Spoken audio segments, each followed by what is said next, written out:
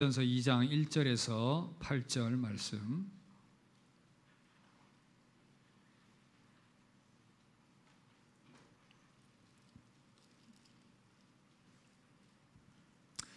찾으신 줄 알고 우리 함께 교독합니다. 형제들아, 우리가 너희 가운데 들어가는 것이 헛되지 않은 줄을 너희가 친히 아나니, 빌립보에서 고난과 능욕을 당하였으나 우리 하나님을 힘입어 많은 싸움 중에 하나님의 복음을 너희에게 전하였노라. 우리의 권면은 간사함이나 부정에서 나는 것이 아니요 속임수로 하는 것도 아니라 오직 하나님께 옳게 여기심을 입어 복음을 위탁받았으니 우리가 이와 같이 말하면 사람을 기쁘게 하려 함이 아니요 오직 우리 마음을 감찰하시는 하나님을 기쁘시게 하려 함이라. 너희도 알거니와 우리가 아무 때에도 아첨하는 말이나 탐심의 탈을 쓰지 아니한 것을 하나님이 증언하시느니라. 또한 우리는 너희에게서든지 다른 이에게서든지 사람에게서는 영광을 구하지 아니하였노라. 우리는 그리스도의 사도로서 마땅히 권위를 주장할 수 있으나 도리어 너희 가운데서 유순한 자가 되어 유모가 자기 자녀를 기름과 같이 하였으니 우리가 이같이 너희를 사모하여 하나님의 복음뿐 아니라 우리의 목숨까지도 너희에게 주기를 기뻐하면 너희가 우리의 사랑하는 자 되리라. 아멘. 할렐루야. 오늘도 예배 자리에 나온 여러분들을 진심으로 환영하고 축복합니다. 일부 예배 드리는 중에 갑자기 마이크가 돌아가셔가지고 급하게 바꿔가지고 세팅을 다시 했는데 좀 불안해서 이렇게 들고 하기로 했습니다. 오늘은 하나님을 기뻐하고 기쁘시게 하라, 이 제목으로 말씀 나누도록 하겠습니다. 아마 여러분들은 로마 제국을 다 아실 것입니다. 역사 가운데 아주 큰 제국을 이룬 나라였습니다.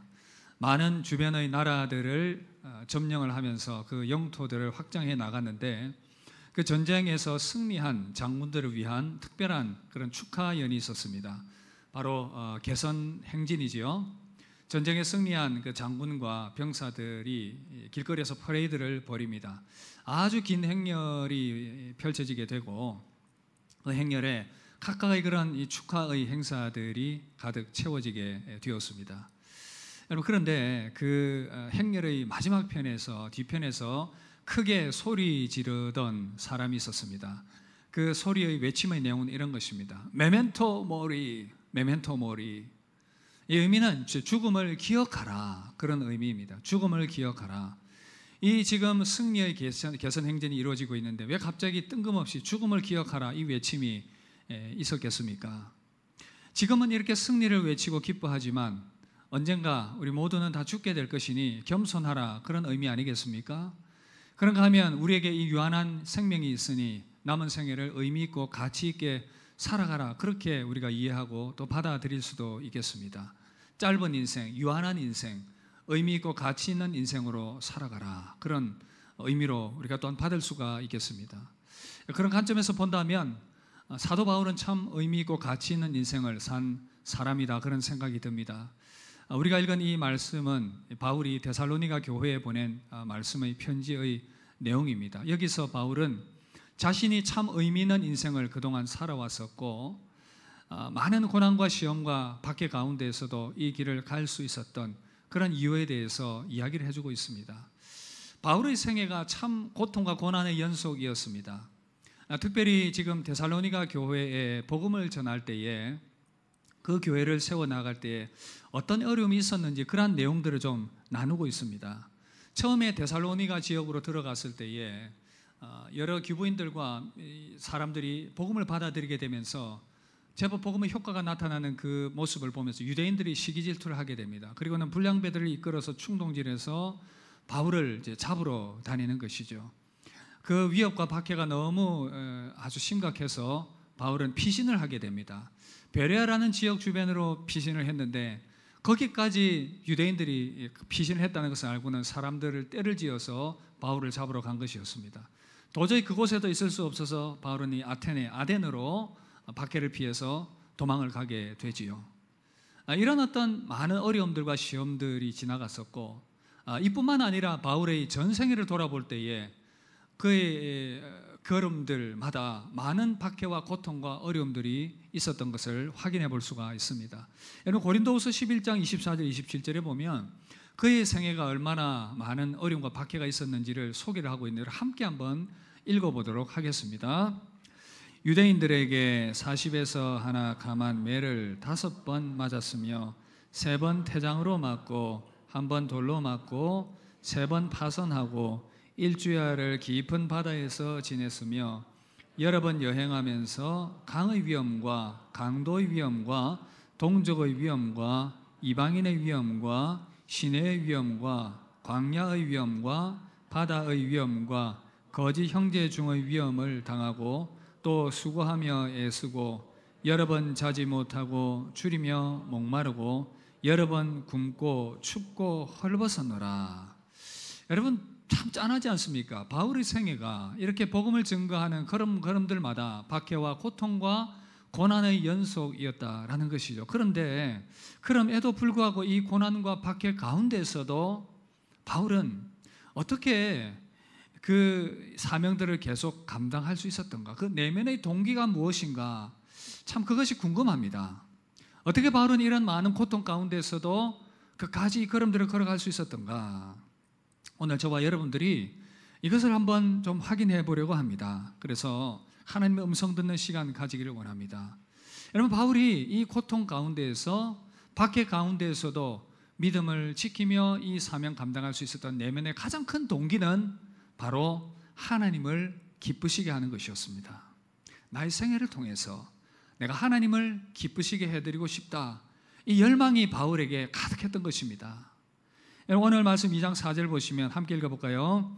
오직 하나님께 옳게 여기심을 입어 복음을 위탁받았으니 우리가 이와 같이 말함은 사람을 기쁘게 하려 함이 아니요 오직 우리 마음을 감찰하시는 하나님을 기쁘시게 하려 함이라. 여러분 바울에게 이 고난과 고통 가운데에서도 끝까지 그의 인생을 달려갈 수 있었던 비결이 뭐냐라고 했을 때 바로 하나님을 기쁘시게 하고자 하는 그 열망이 그에게 가득했던 것입니다. 사람을 기쁘게 하는 것도 아니고 사람에게 칭찬받는 것도 아니고 하나님께 기쁘시게 하고자 하는 그 열망이 그를 사로잡았다라고 하는 것입니다. 그렇다면 그는 하나님을 기쁘시게 하는 이 비전과 열망을 어떻게 하면 이루어갈 수 있을 것인가? 어떻게 하면 하나님을 기쁘시게 할 수 있었을까? 이것을 깊이 고민하면서 그가 했던 것이 뭐냐? 바로 자신의 부르심의 이유에 대한 그 확신을 가지고 그 부르신 사명을 향하여 달려가는 것이었습니다. 어떻게 하는 것이 하나님을 기쁘시게 하는 것인가 생각해 보니 하나님이 나를 부르셨구나.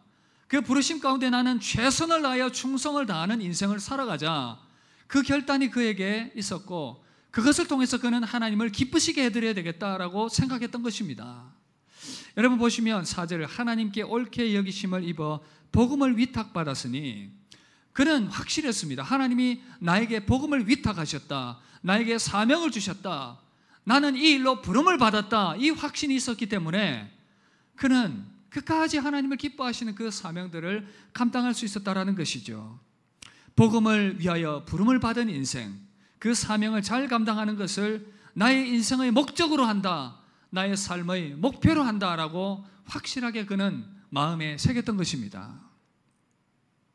여러분, 허무가 사람을 죽입니다. 허무주의가 사람을 죽입니다. 허무주의에 사로잡히게 되면, 허무가 인생을 지배하게 되면 그는 결국은 죽음으로, 자살로서 그 생을 마감할 수밖에 없습니다. 여러분, 삶이 의미가 없고 목적이 없고 무의미하다라고 생각이 될 때에 인생은 걷잡을 수 없이 무너져 버리게 됩니다.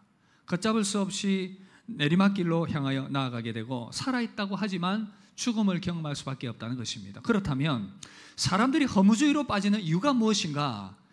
그 이유를 가만히 우리가 성경적 관점에서 살펴보면 분명하게 답을 알 수 있는데 그것은 바로 하나님을 그 인생 가운데 몰아내어 버렸기 때문입니다.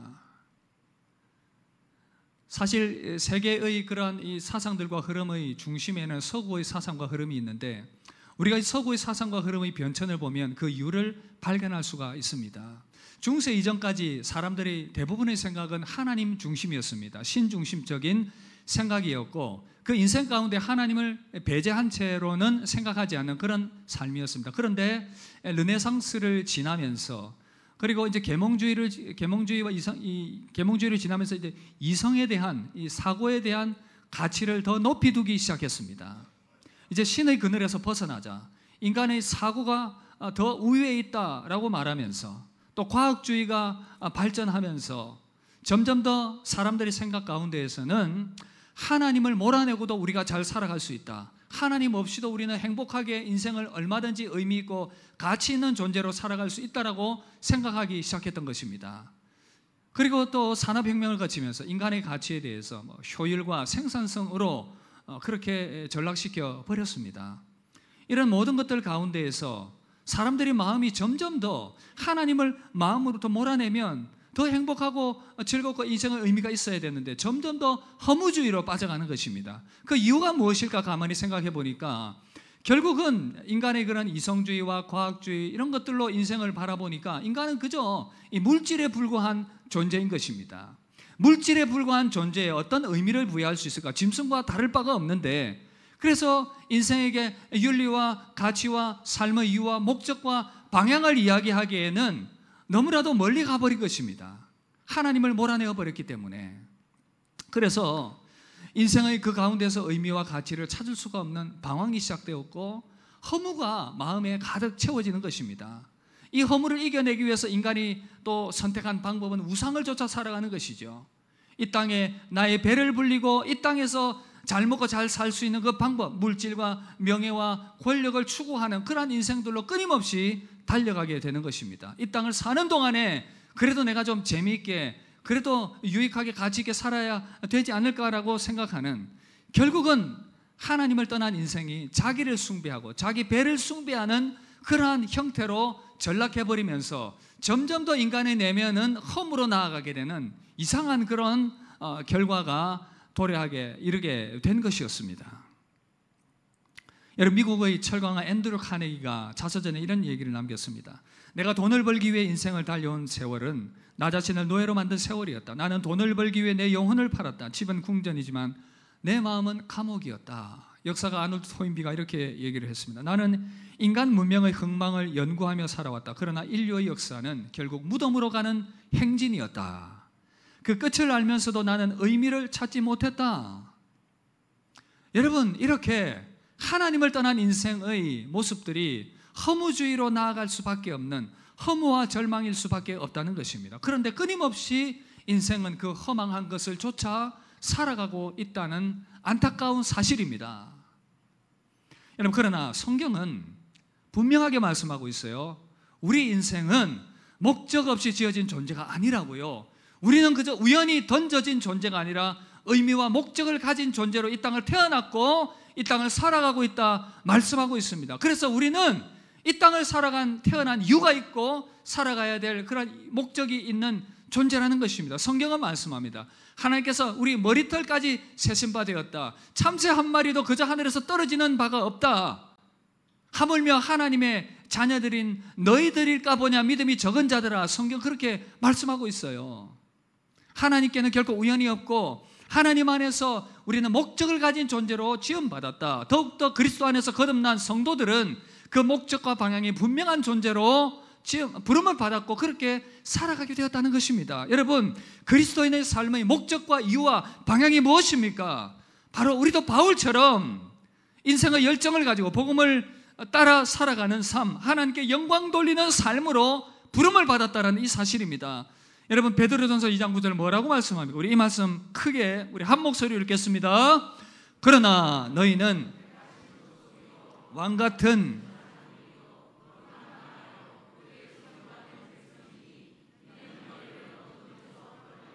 그의 기이한 빛에 들어가게 하신 이의 아름다운 덕을 선포하게 하려 하심이라. 할렐루야.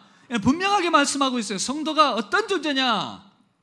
왕같은 제사장이고 거룩한 나라고 소유된 백성이다. 이렇게 우리를 아름답게 세운 이유는 어두운 데서 우리를 불러내신 그 하나님의 놀라우신 아름다운 덕과 구원을 찬양하도록, 그 복음을 증거하며 그 아름다운 덕을 선전하도록 하기 위해서 부름을 받았다, 그 말 아닙니까? 우리 생애를 통해서, 우리의 삶의 걸음걸음들을 통해서, 우리의 복음의 선포를 통해서 그렇게 부름받았다라고 우리에게 말씀하고 있다는 사실입니다. 그런데 우리는 하나님께서 이 부르심 가운데 우리를 부르셨다는 사실을 너무나도 잊고 살아갈 때가 많습니다.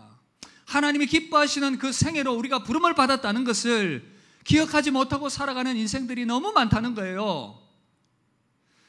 여러분, 한 이야기입니다. 어떤 목사님이 길을 가다가 한 대문을 보니까 그 교패가 붙어 있었습니다. 어느 교패가 붙어 있었습니다. 교패가 붙어 있다는 것은 교인이라는 것 아닙니까? 혹 여러분 중에 집에 교패가 붙어 있지 않은 분은 얘기하십시오. 얘기하시면 제가 당장에 달려가서 성북교회에 딱 붙여놓고 우리 교회 천국 백성입니다, 그렇게 제가 선포하도록 하겠습니다. 교패가 딱 붙어 있는 것을 보고는 이 목사님이 그 띵동 벨을 눌렀습니다. 새댁이 나왔습니다. 누구세요? 인사하니까 뜬금없이 목사님이 이렇게 물었습니다. 이곳에 주님이 계십니까? 갑자기 뜬금없이 이곳에 주님이 계십니까? 이러니까 이 새댁이 굉장히 멘붕이 온 거예요. 혼란이 온 거예요. 도대체 무슨 얘기인가? 그래서 순간적으로 생각합니다. 아, 교회 다니는가? 그걸 묻나? 예, 교회 다니고 있습니다. 아니요, 그것이 아니라 이 집에 주님이 계십니까? 이 얘기를 두 번 들으니까 굉장히 혼란스러우면서 슬슬 기분이 나빠지기 시작하더라는 겁니다. 그리고는 아이를 한번 훑어보고는 문을 쾅 닫고는 집으로 들어가 버렸습니다. 알고 보니까 이 새댁은 목사님의 딸이었고 이 신랑은 또 장로님의 아들이었다고 합니다. 다들 뭐 집사로 섬기고 있고 성가대를 섬기고 있고 교회를 잘 섬기는 이제 그런 분들이었다고 합니다. 여러분, 저는 이 이야기를 들으면서 그런 생각을 했습니다. 이 이야기가 남의 이야기일까? 우리가 이렇게 믿음으로 살아간다고 하는데 과연 주님을 진정한 주인으로 모신 그러한 삶을 정말 우리 부르심의 목적과 이유를 알면서 우리는 살아가고 있는가? 그런 거룩한 도전과 그러한 거룩한 부담을 다시 한 번 더 가지게 되는 것입니다. 여러분들에게 묻습니다. 여러분들은 성도로서 주님의 기쁨이 되는 그런 삶을 살기를 바라고 있습니까? 그렇게 열망하고 있습니까? 여러분들의 개인의 삶과 가정의 주인은 주님이십니까? 주님이십니까? 자, 대답이 약한 것 같아서 옆 사람에게 묻겠습니다. 당신의 인생의 주인은 주님이십니까? 물어보십시오. 아니요, 접니다. 그런 분 혹시 계십니까? 여러분, 다시 한 번 더 우리가 오늘 예배하면서 이 부분들을 도전받습니다. 좀 더 구체적으로 성도인 저와 여러분들은 어떤 부르심으로 부름을 받았을까요? 헨리 블랙커비가 쓴 소명이라는 책에서 좀 통찰력을 얻을 수가 있는데 두 가지로 말씀드리고 싶습니다. 우리의 부르심은 무엇인가? 먼저는요, 하나님을 기뻐하는 것으로 부름을 받았습니다. 함께 따라합시다. 하나님을 기뻐합시다. 우리의 부르심의 가장 근본은 뭐냐? 바로 하나님을 기뻐하는 것으로 부름을 받았다라는 사실입니다. 우리는 구원을 그저 내가 천국 티켓을 받았다라는 것으로 축소시켜버리는 경향이 있어요. 그러나 그것은 큰 오해라는 것을 오늘 함께 예배하면서 저와 여러분들이 다시 한번 더 깨달을 수 있기를 바랍니다. 하나님께서 저와 여러분들을 부르신 것은 단지 그냥 구원받았다라는 것을 인식하고 살아가는 것이 아니라 그 구원의 풍성하심 안으로 초대받았다는 사실입니다. 하나님과의 교제 안으로 부름을 받았고 하나님을 기뻐할 수 있는 존재로 부름을 받았다라는 사실입니다. 구원은 그래서 우리에게 영생을 주신 그 주님을 깊이 알고 그분과 교제하는 것. 요한복음 17장 3절에 이렇게 말씀합니다. 함께 읽읍시다. 영생은 곧 유일하신 참 하나님과 그의 보내신 자 예수 그리스도를 아는 것이니라. 이런 말씀 보십시오. 영생은 하나님을 알고 예수 그리스도를 아는 것이다. 여기서 아는 것은 경험적인 알을 말합니다. 교제를 통한 알을 말합니다. 깊이 있게 그분이 누구이신지를 아는 것을 말하는 것입니다. 그래서 여러분, 이것이 우상 종교와의 차이예요. 우상 종교는 그저 내가 우상을 세워놓고 거기에다가 복을 빌고 그 우상이 나에게 무언가 좋은 것을 주기를 바라는 인격적인 관계가 없어요. 그러나 우리의 신앙은 종교가 아니에요. 참 신앙이에요. 하나님과의 생명이신 하나님과의 다시금 연결을 회복하는 것이기 때문에 이제 우리의 주인 되신 하나님, 우리 아버지 되신 하나님과 교제하며 성삼위 하나님과 교제하는 그 자리로 부름을 받았고 그 안에서 우리는 하나님을 기뻐할 수 있는 존재로 부름을 받았다는 것입니다. 오늘 찬양했던 것처럼, 성가대가 찬양했던 것처럼 우리가 하나님께 사랑을 고백할 수 있고, 하나님께서 우리 가운데 주시는 그 은혜와 기쁨 가운데 그분을 기뻐할 수 있는 존재로 우리가 부름을 받았다는 사실, 여러분, 하나님을 기뻐하시는 것이 낯설게 여겨지십니까? 그렇다면 우리 신앙에 문제가 있는 거예요. 우리가 처음 구원받을 때에 그 구원받음의 그 부르심 안에는 하나님을 기뻐하는 것을 포함하고 있습니다. 시편 30편 4절 보시면 또 여호와를 기뻐하라, 그가 내 마음의 소원을 이루어 주시리라. 여호와를 기뻐하라. 우리가 구원받았을 때 하나님께서 우리 가운데 주신 그 은혜가 참 감사하고, 예수 그리스도께서 우리를 위하여 십자가 지신 그 은혜가 너무나도 소중하고, 그래서 우리 가운데 무한히 부어주신 죄인된 나를 사랑하시고 구원하시고 우리에게 찾아오시는 그 하나님의 은혜가 감사하고 감격되고, 나를 사랑하시는 그 하나님을 생각할 때에 내가 참 내 안에 기쁨이 일어나게 되고, 그래서 그 은혜를 주신 하나님을 기뻐하는 것, 우리 신앙의 가장 중요한 목표 중에 하나가 하나님을 알고 하나님을 기뻐하는 것인 줄 믿습니다. 하나님을 기뻐하시는 것인 줄 믿습니다. 우리가 이 바른 신앙의 원리 가운데 세워져야 한다는 것입니다. 만약에 우리가 하나님을 기뻐하고 하나님과 교제하는 이 일에 실패하게 된다면 우리 신앙은 실증이 나기 시작할 것입니다. 신앙의 의미를 찾기가 힘들 것입니다. 나의 신앙이 무기력한 가운데 있고, 내가 왜 신앙생활을 하는지 의미가 없고, 내가 이렇게 무기력한 가운데 나아가는 이유가 무엇인가? 그 답은 분명합니다. 하나님을 기뻐하는 것에 실패했기 때문에, 하나님과의 교제 가운데 실패했기 때문에 나는 이렇게 무기력한 가운데 나아가고 있다는 것입니다. 영적 권태 가운데 있다면 하나님을 기뻐하는 것에 실패했기 때문이다라는 것을 다시 한 번 더 우리가 예배하면서 기억할 수 있기를 바랍니다.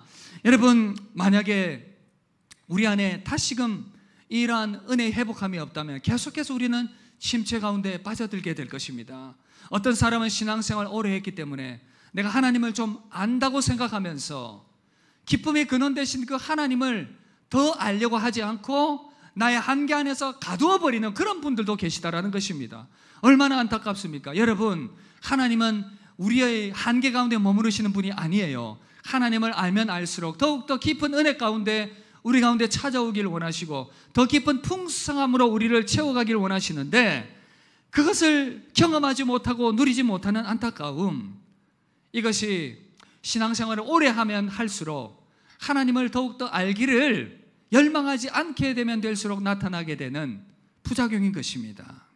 요한복음 15장 17절 뭐라고 말씀합니까? 함께 읽읍시다. 내가 이것을 너희에게 이름은 내 기쁨이 너희 안에 있어 너희 기쁨을 충만하게 하려 하심이라. 여러분, 오늘 여러분들에게 도전합니다. 만약에 주님 앞에 나아가는 것, 예배하는 것, 신앙생활이 무기력한 가운데 있다면, 영적 권태 가운데 있다면 다시금 하나님을 기뻐하는 이 중심과 이 열망들을 회복하게 되기를 주의 이름으로 축복합니다. 이것이 회복되어야 되는 것입니다. 여러분, 하나님 안에서 이 모든 교제의 회복함과 기뻐함이 회복된다면 여러분, 신앙의 의미가 더 분명해지고, 왜 신앙생활을 해야 하며 주님을 주님과 교제하고자 하는 그 열망과 그 믿음 생활에 대한 의미와 보람과 가치를 찾을 수 있게 되는 것입니다. 존 칼빈은 그래서 이렇게 말했습니다. 모든 이들이 마땅히 공경하며 흠모해야 할 분이 계신다는 것을 아는 것만으로는 충분하지 않다. 하나님을 온전한 행복의 토대로 삼지 않는 한 우리 자신을 참되고 신실한 마음으로 그분께 드릴 수가 없다. 여러분, 하나님을 기뻐하시길 바랍니다. 하나님을 기뻐하시길 바랍니다. 하나님을 기뻐하는 자는 신앙생활의 의미와 이유를 발견하게 될 것이고, 헌신하게 되는 그 이유와 의미를 발견하게 될 것입니다. 삶의 큰 열정을 회복할 수가 있을 것입니다. 느헤미야 8장 10절에 이렇게 말씀합니다. 함께 읽읍시다. 이날은 우리의 주의 성일이니 근심하지 말라. 여호와로 인하여 기뻐하는 것이 너희의 힘이니라. 할렐루야. 여호와로 인하여 기뻐하는 것이 너희의 힘이니라. 성도로서의 힘이 어디 있느냐? 바로 하나님을 기뻐하는 것에 있음을 믿으시길 주의 이름으로 축복합니다. 그래서 여러분, 우리가 다시금 하나님을 기뻐하고자 하는 그 열망을 회복해야 될 줄로 믿습니다. 다시금 하나님께 나아가서 하나님을 기뻐하기를 원합니다. 하나님께 더 가까이 나아가기를 원합니다. 그런 마음으로 나아갈 수 있기를 바랍니다. 그리하여 다시금 하나님으로 인하여 기뻐하는 그 은혜와 열망들이 회복되어서 여러분들의 신앙이 회복되고 다시금 믿음 안에 견고하게 세워지는 은혜가 있기를 주의 이름으로 축복합니다. 여러분, 그렇다면 하나님을 향한 그 기쁨이 회복된다면 어떤 변화가 있겠습니까? 이제 내가 그 하나님을 인하여 기뻐하니 내가 이제 하나님이 기뻐하는 그 일을 행하며 살아가고 싶다.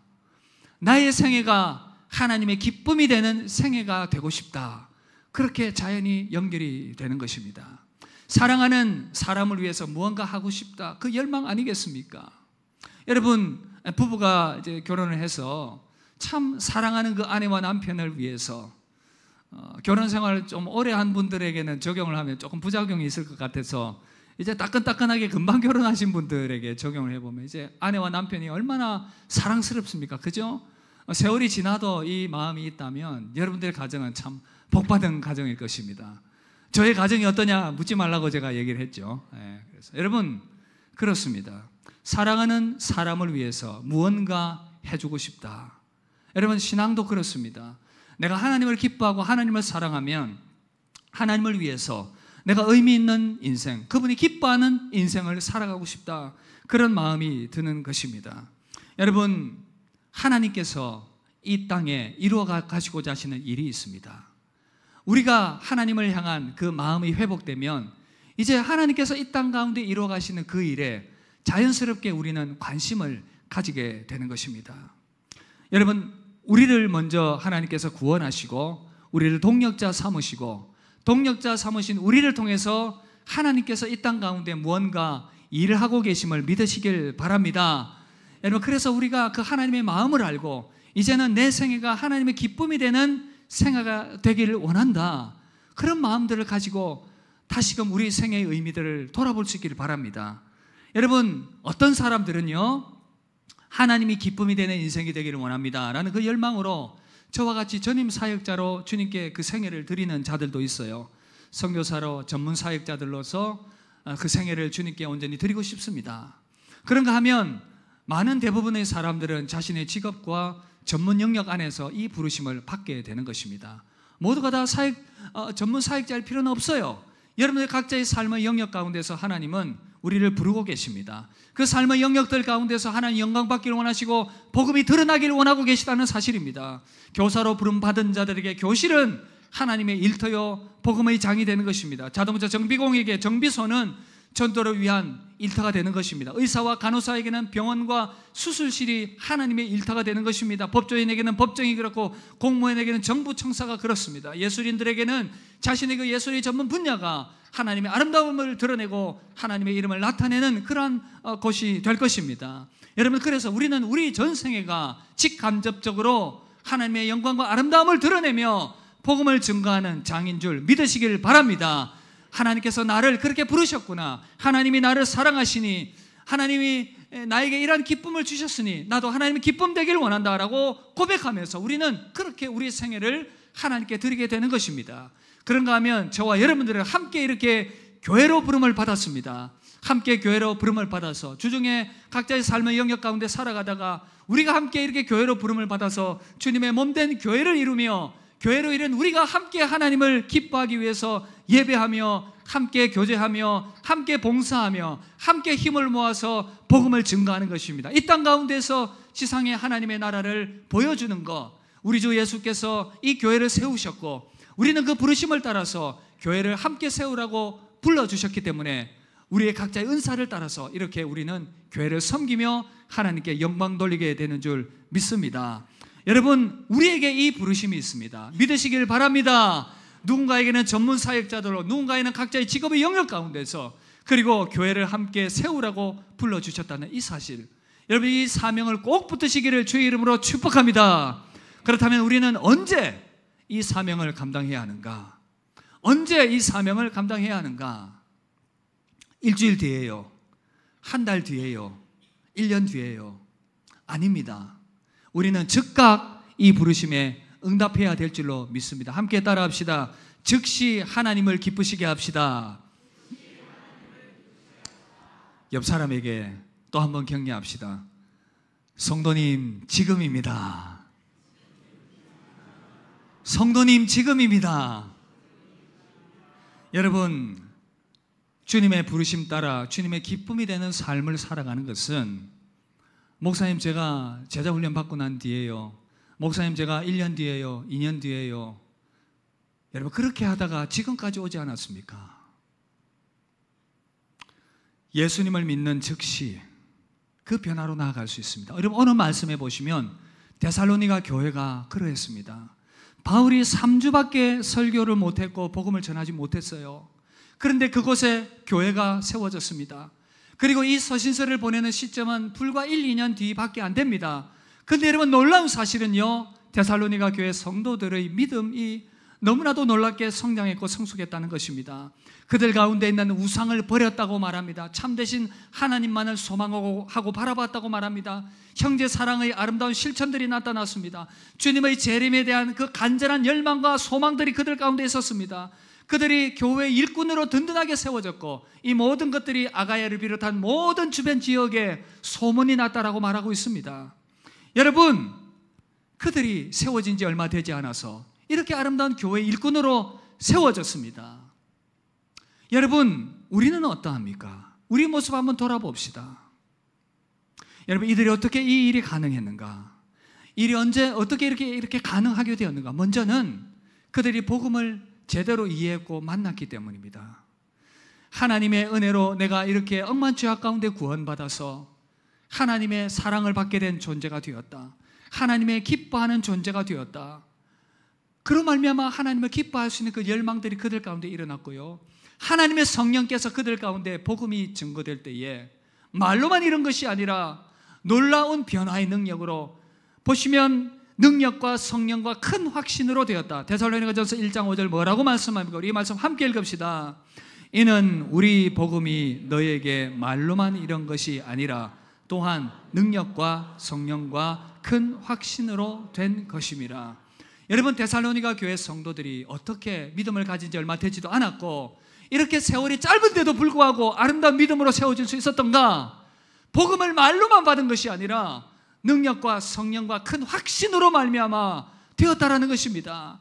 그저 그냥 메시지, 인포메이션, 정보로만 받은 것이 아니라 성령의 은혜와 능력과 역사가 나타났고 그들 가운데 있는 그 구원의 은혜와 감격이 얼마나 큰지 그들이 깨달았던 것입니다. 그로 말미암아 그들은 하나님을 기뻐할 수 있었고 하나님을 기뻐하는 삶이 무엇일까를 진지하게 고민했던 것입니다. 그래야 즉시 그들은 하나님을 기뻐하는 그 자리 가운데로 나아갔던 것입니다. 그리고 이들이 이렇게 나아갈 수 있었던 데에는 바울의 영향도 참 컸지요. 여러분, 바울의 변화를 우리가 많이 들어서 알고 있습니다. 사도행전 9장에 보면 다메섹으로 예수 믿는 자들을 잡아 가두기 위해서 가던 그 길에 부활의 주님을 만났습니다. 사울아 사울아 내가 어찌하여 나를 박해하느냐, 나는 내가 박해하는 예수다. 부활의 주님을 만난 그 뒤로 바울은 충격을 받았지요. 자기가 가짜라고 이야기했고 예수 믿는 자들을 잡아서 가두던 그 악한 일들을 하던 자들이었는데 그 주님이 정말 부활하셨고 참 신이라는 것을 깨닫는 순간 그는 충격을 받게 됩니다. 그리고는 그가 어떻게 변화되었습니까? 사도행전 9장 19절 21절 뭐라고 말씀합니까? 함께 읽읍시다. 사울이 다메섹에 있는 제자들과 함께 며칠 있을새 즉시로 각 회당에서 예수가 하나님의 아들이심을 전파하니 듣는 사람이 다 놀라 말하되 이 사람이 예루살렘에서 이 이름을 부르는 사람을 멸하려던 자가 아니냐. 여러분 보십시오. 사울이 다메섹에 있는 제자들과 함께 며칠 있을새 뭐라고요? 즉시로. 한 달 뒤에, 1년 뒤에, 10년 뒤에가 아니라 즉시로 예수가 하나님의 아들임을 증거했다라고 말씀하고 있습니다. 여러분, 우리는 어떻습니까? 우리가 복음 안에 머무른 세월이 얼마인데 우리는 어떻습니까? 그래서 우리는 도전을 받는 것입니다. 즉시로라고 얘기했는데 우리는 너무 오랜 세월을 기다린 것이 아닌가? 데살로니가 교인들에게 얘기했습니다. 나도 복음을 받았다. 즉시로 주께 헌신했다. 너희도 주께 즉시로 헌신하라. 그 복음 안에서 성령의 은혜가 나타났고 그들은 바울의 모습을 따라서 즉시로 주께 자신의 삶을 드리며 헌신하며 나아갔다라는 것입니다. 여러분, 예수 믿고 제대로 사는 것은 세월을 오래 요구하는 것이 아니에요. 복음을 제대로 만나는 것이 필요합니다. 복음을 제대로 깨닫는 그 모멘트, 순간이 필요하다는 것입니다. 신앙의 전환점이 필요하다는 것입니다. 어느 때까지 이렇게 살아갈 것인가? 그래서 우리는 각자를 향하여 도전을 해야 한다는 것입니다. 성도가 누구입니까? 이 복음의 은혜를 제대로 깨달은 자들입니다. 천국의 진리에 대해서 제대로 깨달은 자들입니다. 그래서 은혜로 살기로 결단한 것입니다. 혹시 여러분, 세월이 너무 오래 지났는데도 여전히 그저 형식적으로 살아온 세월이 오래되어서 마음이 굳은 가운데 있지는 않습니까? 히브리서 5장엔 이렇게 말씀합니다. 때가 오래되었으므로 너희가 마땅히 선생이 되어야 할 텐데 아직도 젖을 먹고 살아가고 있느냐? 때가 오래되었음에도 불구하고 너희들이 마땅히 스승이 되어야 함에도 불구하고 아직도 젖을 먹고 살아가고 있느냐? 사랑하는 성도 여러분, 오늘 함께 예배하면서 우리 은혜를 다시 한번 회복할 수 있기를 주의 이름으로 축복합니다. 다시금 주님을 기뻐할 수 있기를 바랍니다. 다시금 주님이 기뻐하시는 삶이 무엇인지를 진지하게 고민하며 내가 그렇게 살아가기를 원합니다. 그렇게 결단할 수 있기를 바랍니다. 먼저는요, 하나님을 기뻐하는 것에서부터 시작합시다. 이것이 전제가 되어야 됩니다. 이것이 시작이 되어야 됩니다. 여러분들이 중심을 돌아보십시오. 무슨 이유였던지, 무슨 연유인지 알지 못하지만 어느 순간 하나님을 기뻐하는 마음이 싹 사라져 버렸습니다. 그럴 수 있어요. 마귀가 여전히 득세하고 있고 세상의 시험이 있고 여러 가지 많은 것들 때문에 그 하나님을 기뻐하는 마음을 잃어버린 채 오늘 이 예배 자리에 나온 여러분들이 혹 계실 수 있습니다. 그렇다면 다시금 여러분들 마음을 하나님께 드리면 됩니다. 하나님, 다시금 내가 하나님을 기뻐하기를 원합니다. 하나님을 사랑하기를 원합니다. 하나님께 더 가까이 나아가기를 원합니다. 예수 그리스도 십자가 그 사랑을 다시금 붙들기를 원합니다. 그런 마음을 다시금 갈망을 회복할 수 있기를 주의 이름으로 축복합니다.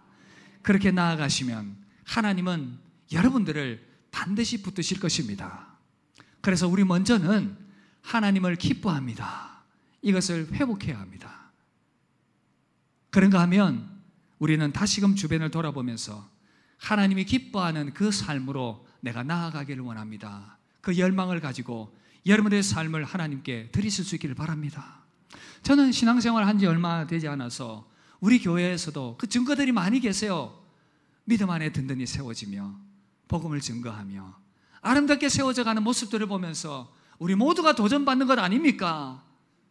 여러분, 그래서 우리는 이 아름다운 역사들을 계속해서 만들어 나가면서 우리의 모습을 돌아보면서 우리도 참으로 다시금 그 회복된 모습으로 서야 되겠다, 그런 열망을 가질 수 있기를 바랍니다.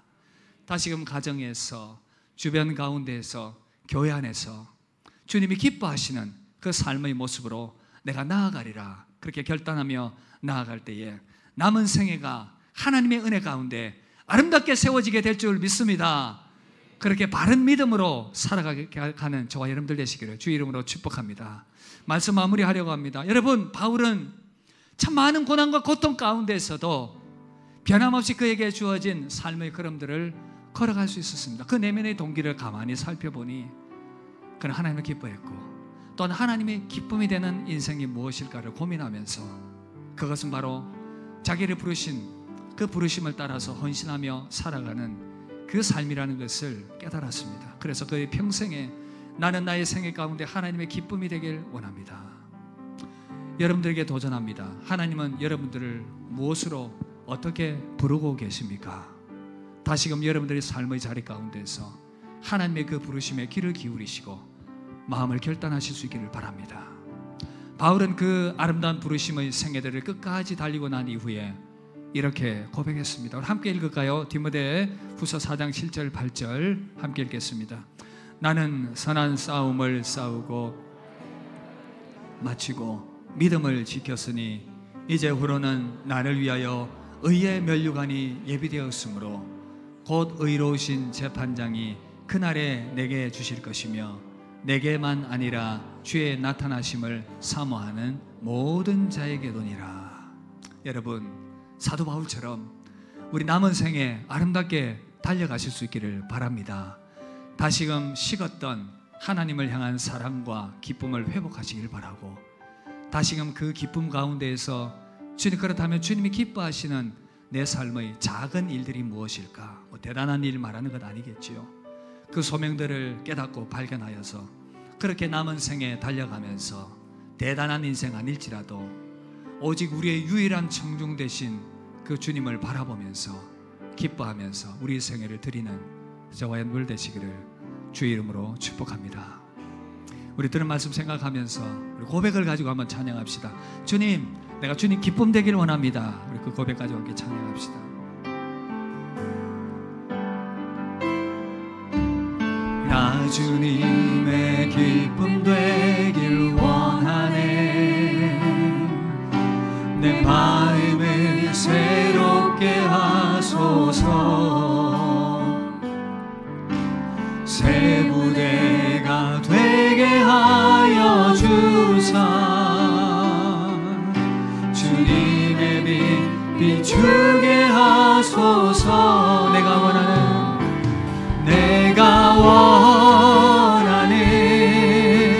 한 가지, 주님의 기쁨이 되는 것. 내가 원하는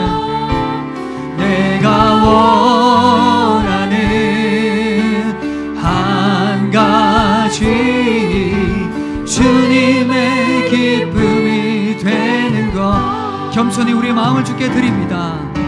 겸손히 내 마음 드립니다. 나의 모든 것 받으소서.